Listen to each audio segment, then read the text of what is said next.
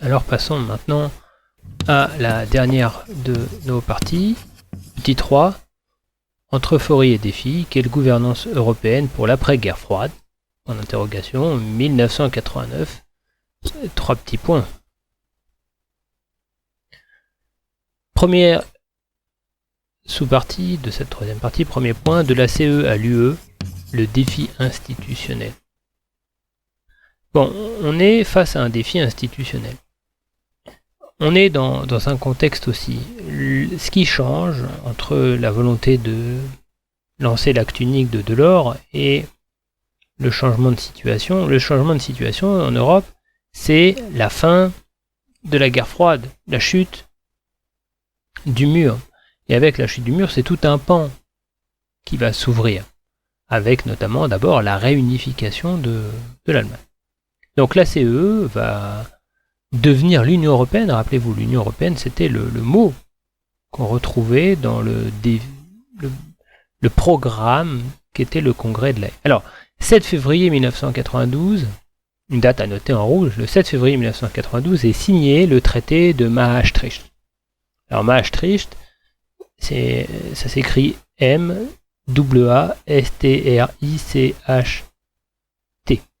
Vous avez dans votre livre, c'est le document 2 de la page 335. Il faut que je tourne ma page pour être comme vous. Voilà. Dans le document 2 de page 335, vous avez ici un extrait de ce traité qui a été signé donc entre les 12 États membres de la CE au moment où il entre en vigueur en 1993. Donc je vous laisse prendre lecture de ce texte. Et qu'est-ce qu'on peut donc noter? Si on regarde bien la structure de ce texte, le traité de Maastricht s'organise autour de 3 piliers. Le premier des piliers, c'est la communauté européenne. La communauté européenne, elle est constituée du marché unique et de la monnaie unique. Et ça, c'est nouveau. Une monnaie unique qui doit être l'euro. Et ça sous-entend une chose. Ça sous-entend un transfert de compétences et de souveraineté. C'est-à-dire que dorénavant, les États qui adhéreront à la monnaie unique ne frapperont plus leur propre monnaie. Donc il faut déléguer tout cela à une nouvelle institution qui va avoir les compétences qui étaient auparavant de la souveraineté nationale. Et ça, on le confie à la Banque Centrale Européenne. On l'a créé pour l'occasion. On lui donne un siège social à Francfort, en Allemagne.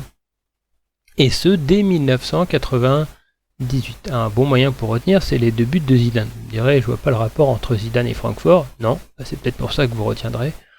Ou pas. Deuxième pilier, la politique étrangère de sécurité commune. Alors, dans le jargon, on appelle ça la PESC, politique étrangère de sécurité commune. Elle repose sur quoi? Elle repose sur une coopération intergouvernementale, mais elle est prévue comme fonctionnant sans transfert de souveraineté. Et puis enfin, troisième pilier de l'Union européenne, une coopération policière et judiciaire. Bon, ça, ce sont les 3 piliers. Il y a quoi d'autre dans ce traité? Il y a aussi, en plus, le renforcement des prérogatives des parlements. C'est-à-dire qu'en fait, on va renforcer encore l'importance des parlements, notamment au niveau de la législation qui va être liée aux directives européennes. Le vote à la majorité, il continue de progresser aussi au sein du Conseil pour faciliter les décisions. Alors d'autres réformes vont être entamées plus tard. On a d'autres traités qui vont s'ajouter au traité de Maastricht après 1992. C'est le cas en 1997 pour le traité d'Amsterdam, puis en 2001 pour le traité de Nice. Ce qu'il y a dans le traité d'Amsterdam et le traité de Nice, ce sont des éléments qui permettent de faire face à l'élargissement. On va y revenir un petit peu plus. Et puis il y avait un projet de constitution qui est proposé en 2005, et ce projet de constitution, il va être avorté parce qu'il va être rejeté par les peuples européens, enfin par plusieurs peuples européens après référendum. C'est le cas de la France et des Pays-Bas qui ont voté contre ce projet de constitution européenne. Bon, alors en réalité, c'est pas tant contre la Constitution européenne que les gens votent que contre tous les add-ons, les memorandums qui sont ajoutés au projet de constitution et qui sont en fait tous les traités précédents qui, comme n'importe quel traité, se suradditionnent les uns aux autres. Et en fait, c'est tout ce qu'il y avait, c'est une grande partie du vote s'explique par le rejet d'éléments libéraux qui sont à l'intérieur du texte. Donc il faut savoir que au moment où on demande aux Français de voter pour la Constitution, en fait, vont voter contre principalement. C'est un petit peu caricatural de dire ça parce qu'il y a des gens de droite qui sont contre, il y a des gens de gauche qui sont contre, il y a des gens de droite qui sont pour et des gens de gauche qui sont pour. Mais l'extrême gauche et l'extrême droite sont tous les deux d'accord pour voter contre. Mais à eux deux, ils ne font pas la majorité. C'est-à-dire qu'il y a aussi plein de gens qui vont voter contre ce projet et pour des raisons qui ne sont pas forcément les mêmes. Rappelez-vous le rejet de la communauté européenne de défense. C'est-à-dire qu'il y a des gens qui sont contre la perte de la souveraineté qui vont voter contre le projet, et il y a des gens qui sont contre tout simplement le marché commun et sa représentation libérale et qui votent contre. Bon, je caricature un petit peu, mais il faut expliquer. N'oublions pas déjà qu'en France, le traité de Maastricht est soumis à un référendum, rappelez-vous, on en a parlé dans le cours précédent, et ça passe de justesse. Bon, document 3, page 335, on s'intéresse maintenant aux institutions de l'Union européenne après le traité de Lisbonne. Quand on regarde cet organigramme, on se rend compte que le traité de Lisbonne, il va renforcer le rôle des parlements nationaux et européens. Le vote à la majorité qualifiée il est étendu, et, fait important, est créé un président du Conseil européen. Ce président du Conseil européen, en fait, c'est une présidente tournante, c'est-à-dire que tous les 6 mois, on change de président. Et c'est le responsable de l'exécutif de chacun des pays qui s'y colle. C'est-à-dire qu'en fait, le président français, à un moment donné, ça sera son tour. Donc tous les 6 mois, évidemment, ça change vite et lentement. Tout est relatif. Et puis on a aussi un haut représentant de l'Union pour les affaires étrangères et la politique de la sécurité qui est mis en place. Alors la première, et le symbole était fort, c'était une Britannique, Catherine Ashton, qui a été remplacée par une Italienne le 1er novembre 2014. Et puis aujourd'hui, c'est un homme, Josep Borrell, c'est un Espagnol. Voilà, donc là on était de la CE à l'UE, le défi institutionnel. On passe au deuxième point, un élargissement sans précédent lié à la fin d'Europe des anciens pays à l'est du rideau de fer. Bon, un titre très allégorique. Alors fin d'Europe, c'est F-A-I-M, bien sûr. Avoir fin. Je vais vous demander d'ouvrir vos livres, page 343, pour s'intéresser à un document. C'est un dessin de Tom Towles qui s'appelle Before After, tout simplement. Et on a ici sur ce dessin l'évolution de l'Europe et d'une partie de l'Eurasie. En fait, ce que croque le dessinateur, c'est et qui est mis en valeur ici par la couleur jaune, c'est le changement de situation. C'est-à-dire qu'au tout début, on a plusieurs pays à l'ouest du rideau de fer qui sont représentés ici comme distingués face à un gros bloc qui est l'Union des républiques socialistes soviétiques. Et le after, c'est la construction européenne qui fait que les pays de l'Europe semblent comme un bloc par rapport à l'ancien bloc de l'Est, qui avec l'éclatement de l'URSS n'est plus une unité mais plusieurs petits pays. Donc vous l'avez compris, on va ici revenir sur la chute du rideau de fer, la chute de l'URSS et ses conséquences géopolitiques dans la construction du projet européen. Bon, on l'a dit tout à l'heure, et normalement vous l'avez bien enregistré maintenant dans vos cerveaux, même si pour vous c'est lointain. Moi je l'ai vécu. En 1989, c'est l'amorce de l'effondrement du bloc soviétique. Pourquoi ? C'est la chute du mur de Berlin, entre guillemets, ou la décision qui met fin à la limitation de circulation entre Berlin-Est et Berlin-Ouest, un symbole fort de la fin de la guerre froide qui va s'affirmer plus tard avec la chute de l'URSS à la fin de l'année 1991, la réunification de l'Allemagne qui suit, Et là, on est dans un tournant. On est dans un tournant parce que le projet d'Europe politique, il semble s'ouvrir désormais à tout le continent, au-delà d'une limite qui était auparavant celle du rideau de fer, qui est lui-même une allégorie. Donc dans un premier temps, il va y avoir un accueil au Conseil de l'Europe de certains de ces pays qui sont candidats à l'entrée dans l'Union européenne avant leur adhésion. En fait, on va leur demander d'abord d'apporter des gages, et ces gages, c'est la transition démocratique et économique. Alors, le premier acte, c'est 1990, avec l'absorption de l'ancienne RDA, qui est finalement déjà une modification de la structure politique, territoriale du projet européen. Alors, il y a de nombreux candidats. Il y a de nombreux candidats, et pour trier ces candidats, entre guillemets, sont élaborés des critères d'adhésion.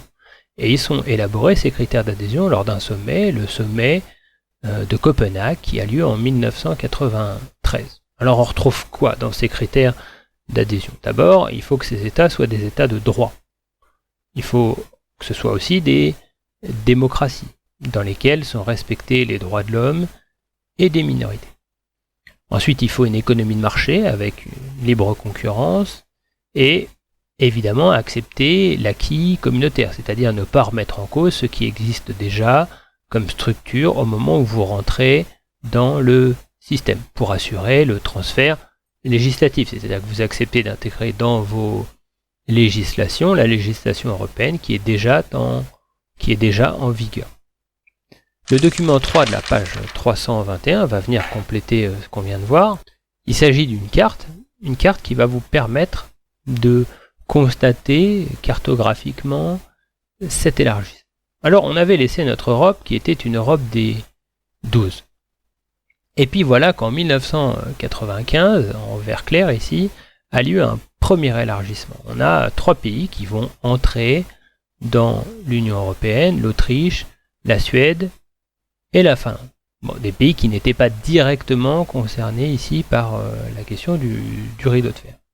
Et puis, la grande transition, elle a lieu en 2004, parce que de l'Europe des 15, on passe à l'Europe des 25. D'un coup, c'est 60% de l'effectif des pays membres du projet européen qui caractérise l'augmentation qui s'opère. Alors, on passe à l'Europe des 25, donc ici elle est dans un vert un petit peu plus foncé que le premier. Et quel pays adhère d'un coup à l'Union européenne? Eh bien, d'abord les pays baltes, l'Estonie, la Lettonie, la Lituanie, et puis la Pologne, la République tchèque, la Slovaquie, la Hongrie, la Slovénie, Malte et Chypre. Voilà les pays qui, d'un coup, en 2004, intègrent le projet européen. Et ça fait des sacrés changements, d'un coup, d'augmenter 60% de votre effectif. Et puis en 2007, ce sont 2 autres pays qui viennent se joindre à ce cortège, la Roumanie et la Bulgarie. Donc les pays les plus à l'est. Enfin, en 2013, c'est la Croatie qui vient se joindre au processus et l'Europe passait à 28. Donc l'élargissement, il conduit à des questions, notamment une question sur les limites de l'Europe. Celles qui ne sont finalement jamais définies, et à vrai dire, elles sont indéfinissables, objectivement parlant, pour un géographe. Là, je vous renvoie à vos cours de première sur l'objet européen. Je ne parle pas de l'Union européenne ici. Où s'arrête l'Europe? Est-ce que les Canaries sont en Europe ou est-ce qu'elles ne sont pas en Europe? La Guyane, c'est en Europe ou c'est pas en Europe? Et puis où est-ce qu'on s'arrête? La Turquie, c'est en Europe, c'est pas en Europe, c'est la porte de l'Europe, mais la porte, ça fait partie de la pièce ou ça fait pas partie de la pièce? Ou l'Oral qui sert de barrière symbolique, mais qui est une barrière symbolique voulue par les géographes du Tsar pour rapprocher Moscou de l'Ouest et de l'Europe. Bon, il faut savoir que l'élargissement, il continue à poser question parce qu'il y a d'autres candidatures, il y a d'autres pays qui veulent continuer à entrer dans l'Union européenne, c'est le cas de la Turquie, c'est le cas du Maroc, c'est le cas de l'Albanie. Bon, pour la Turquie et le Maroc, a été entrepris une politique de voisinage, de coopération économique et politique avec les pays limitrophes pour préparer, entre guillemets, leur intégration ou pour leur donner c'est une autre façon de voir les choses, un os à ronger pour pas qu'il soit trop demandeur. Pourquoi ? Parce que depuis 2013, finalement, l'élargissement, il est au point mort. Il y a des craintes. En fait, on se met à se questionner sur la cohésion et l'ouverture de l'Europe. C'est-à-dire, quelle Europe on est en train de construire. Et puis, la question, c'est aussi celle de la gouvernance. Quelle gouvernance face à l'imbroglio institutionnel qui est devenu l'Union européenne. Et puis, il y a toujours des débats qui sont en fonctionnement. Le débat sur le fédéralisme ou sur l'Europe des États. Et c'est bien ça la question, sur quelle cohésion on donne à l'Union européenne. Alors, on arrive au dernier point de cet avant-dernier cours. Le défi d'une cohésion européenne. Cohésion européenne. Justement, mettons les pieds dans le plat. En fait, pour répondre au défi de l'élargissement, il y avait le projet de constitution. Mais on l'a vu, le projet de constitution en 2005, il est rejeté d'abord par référendum, d'abord par la France, puis par les Pays-Bas. Et pour sortir de l'impasse, est adopté en 2007 le traité de Lisbonne, qui est entré en vigueur en 2009. Sauf que le traité de Lisbonne, cette fois, on n'a pas demandé aux citoyens de voter. Et là, il se pose un souci pour beaucoup de citoyens, parce que finalement, on se dit, on a voté une fois, et puis on nous resserre le plat froid, modifié, sans nous demander cette fois notre avis. Donc là, vis-à-vis de l'opinion publique, il y a avec certaines personnes une rupture qui s'opère. En fait, on est dans une politique par le haut qui est assez symptomatique, dans le sens où l'Union européenne, elle semble échouer à créer un enthousiasme des peuples européens. On se sent européen, on nous vend de l'Europe, mais le projet européen, la crise de la Covid-19 semble le montrer, il s'effrite facilement.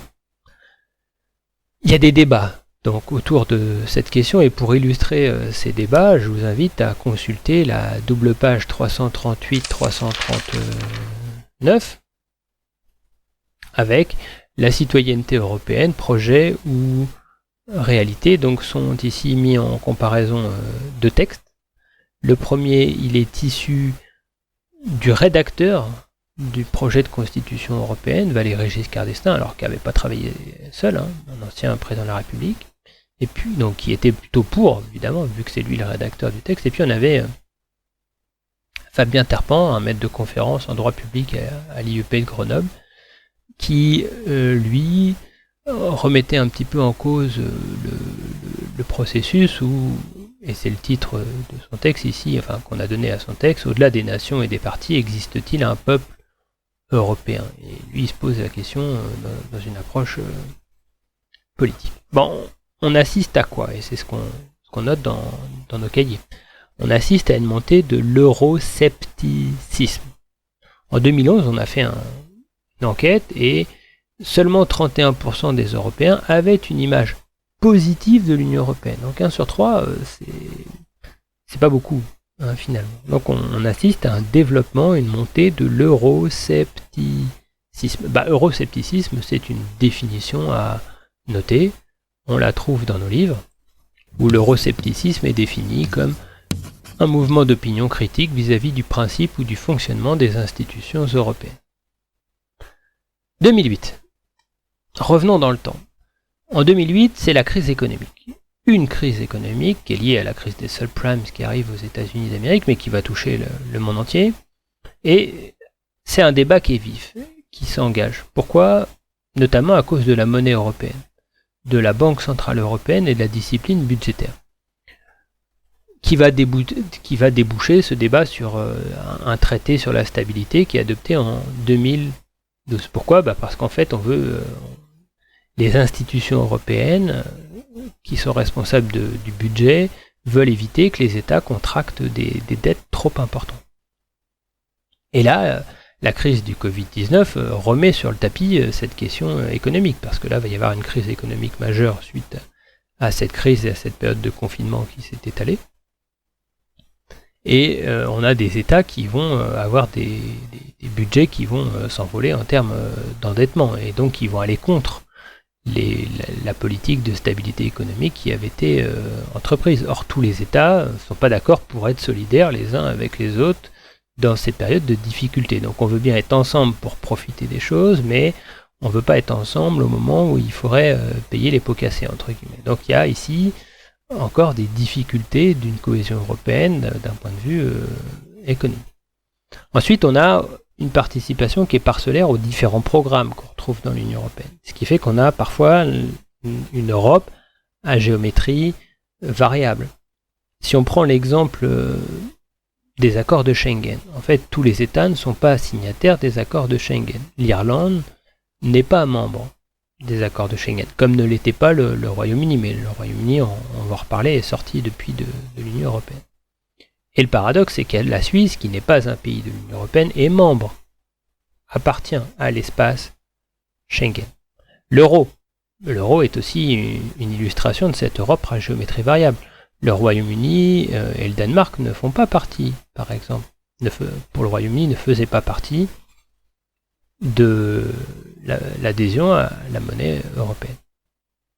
Bon, alors quittons un peu notre nombril et puis intéressons-nous à la cohésion vue de l'extérieur cette fois. C'est-à-dire à l'extérieur, le poids de l'Union européenne, c'est quand même une réalité économique et commerciale. C'est-à-dire que Donald Trump craint économiquement l'Union européenne et essaye de s'aborder l'Union européenne, qui est un vrai rival pour l'économie des États-Unis d'Amérique. Un rival qui peut aussi être un partenaire, hein, bien sûr.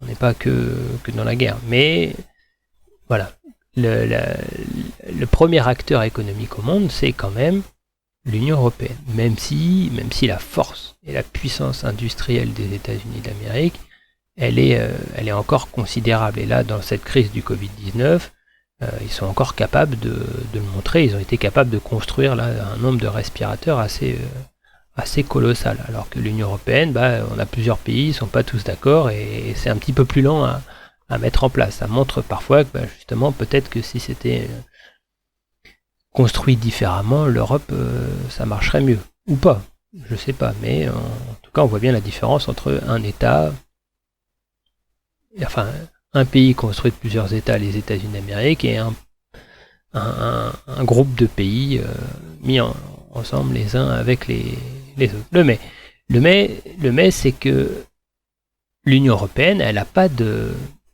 défense. Il n'y a pas d'armée européenne.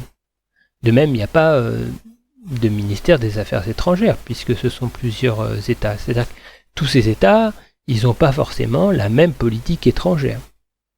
Alors pourquoi il n'y a pas de défense et pourquoi il n'y a pas d'affaires étrangères? On l'a dit, hein, ce sont des réticences souverainistes qui sont derrière. Ce qui fait de l'Union européenne finalement une puissance incomplète, si on voulait s'intéresser à l'Union européenne en tant que puissance. Alors depuis Maastricht, la politique européenne de sécurité collective, elle n'a pas d'efficacité visible sur le terrain, et la preuve, vous l'avez vu étudier l'année dernière avec le conflit yougoslave en 1995, il n'y a pas de réaction de l'Union européenne. C'est quand l'OTAN va frapper du poing sur la table que la guerre va quasi immédiatement s'arrêter et aboutir sur les accords de Dayton. En 1998, il y a quand même un semblant, un ersatz d'armée qui est mis en place, une force militaire, l'Eurocorps.